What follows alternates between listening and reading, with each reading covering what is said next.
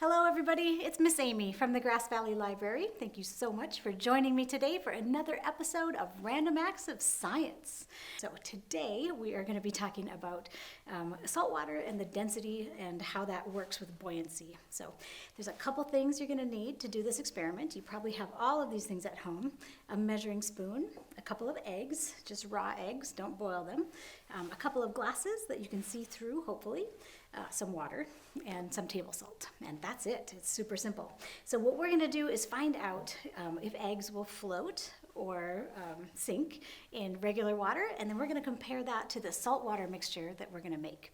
So this first one is just regular water. I'm going to take an egg, I'm going to drop it in there, and what do you think is going to happen at that point? Have you ever boiled eggs on a stove before? If you have a pan full of water and you put some eggs in there and start it boiling, do the eggs float? Nope, they sink right to the bottom. So let's make sure that that's what's going to happen with this egg as well. I'm just going to drop it into this glass, and there it goes, right down to the bottom. So the way that we can get that egg to float is by adding salt to that water. So we're going to make a saltwater mixture. And when we do that, what we're doing is making that water more dense, so the molecules are closer together than the molecules in this egg, than the parts of this egg. So we're going to make some denser water by adding some salt to it.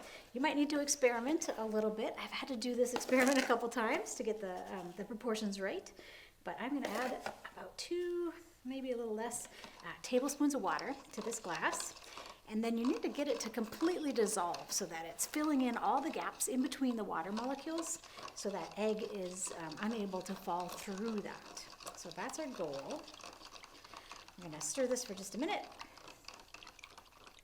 So once you have that salt dissolved, mine hasn't completely dissolved, but I think it's still going to work. You can go ahead and drop your egg in there. So let's see if it's going to float or sink. What do you think? Well, it went to the bottom and then it came right back up to the top. So that is pretty awesome. It's floating in the salt water.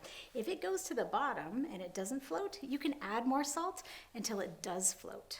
So, and now that we have it at that point, let's mess with it just a little bit more. What do you think is going to happen if we add more water to the glass? So it becomes less and less dense. So my goal is to add enough water to see if we can get that egg to suspend itself right in the middle. So let's see what happens now.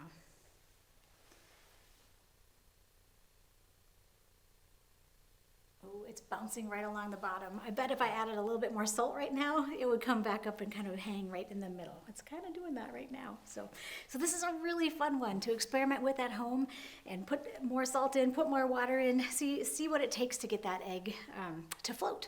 And then you can go ahead and try it with other household items as well in the regular water and then predict whether you think it's going to sink or float in the salt water. So it's a really fun way to talk about saltwater and density. So thanks for joining me today for another episode of Random Acts of Science, and we will see you again soon.